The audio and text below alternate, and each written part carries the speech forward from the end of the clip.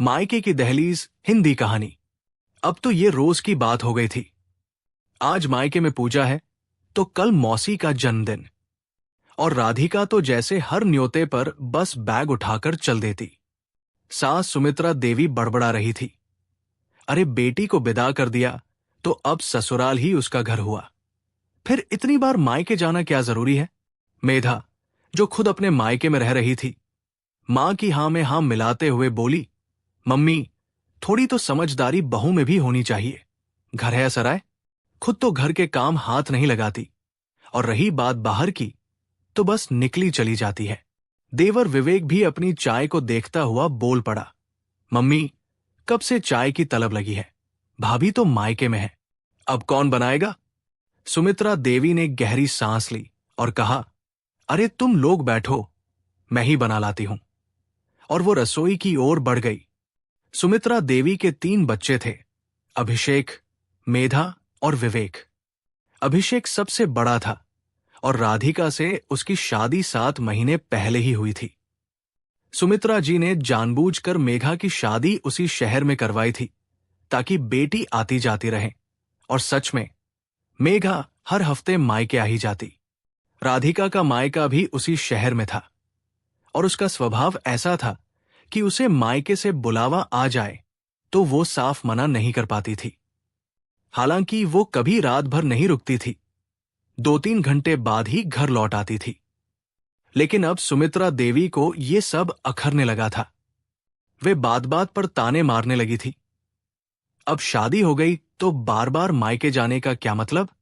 उस दिन जब राधिका अपने मायके से लौट रही थी तो उसका छोटा भाई मनीष उसे छोड़ने आया। जैसे ही राधिका ने घर में कदम रखा, सुमित्रा जी ने व्यंग्य से कहा, आज तो मनीष जी ने खुद लाने की जहमत उठाई है, नहीं तो हर बार मेरे बेटे को ही बुलाते हैं। मनीष थोड़ी देर झेंपा, फिर धीरे से हाथ जोड़कर चला गया। राधिका भी उसके पीछे पीछे बाहर आ गई और फुसफुसाकर बोली, भैया, अभी कुछ मत कहना, पहले मैं खुद ही सब संभालती हूं। वो अंदर आई थी कि मेघा ने फिर चुटकी ली, मम्मी, आज तो राधिका का छोटा सा ट्रेलर दिखा ही दिया आपने। सुमित्रा जी और विवेक जोर जोर से हंस पड़े। राधिका का चेहरा उतर गया। इतने में सुमित्रा जी फिर बोल पड़ी, आजकल की बहुओं को शादी के बाद मायके का मोह छोड़ना चाहिए, पर कहां समझती है। अब राधिका भी चुप न रही। वो सीधी मेघा की ओर देखती हुई बोली, ननद जी, ये उपदेश आप पर भी लागू होता है। आप भी तो हर हफ्ते यहां बैठी मिलती है, फिर आपको कोई क्यों नहीं कुछ कहता। मेघा भड़क गई, बहू होकर ननद को ताने मार रही हो, जरा भी लिहाज नहीं है।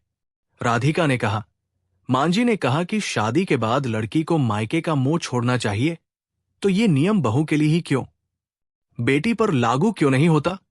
बात इतनी बढ़ गई कि सुमित्रा देवी गुस्से से बोली, बहू, खबरदार, तूने मेरी बेटी को फिर कुछ कहा तो।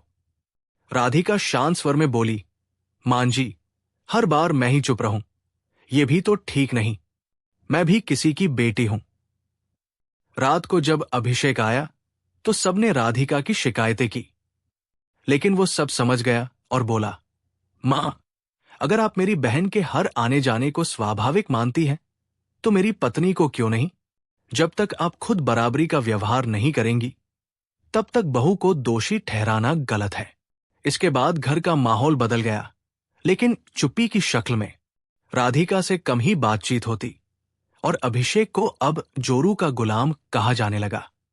इस कहानी से संदेश, परिवार में बेटियों और बहुओं के लिए समान दृष्टिकोण आवश्यक है। सासों और नंदों को यह समझना होगा कि बहू भी किसी की बेटी है। अगर बहन के मायके आने पर किसी को आपत्ति नहीं, तो बहू के मायके जाने पर भी नहीं होनी चाहिए।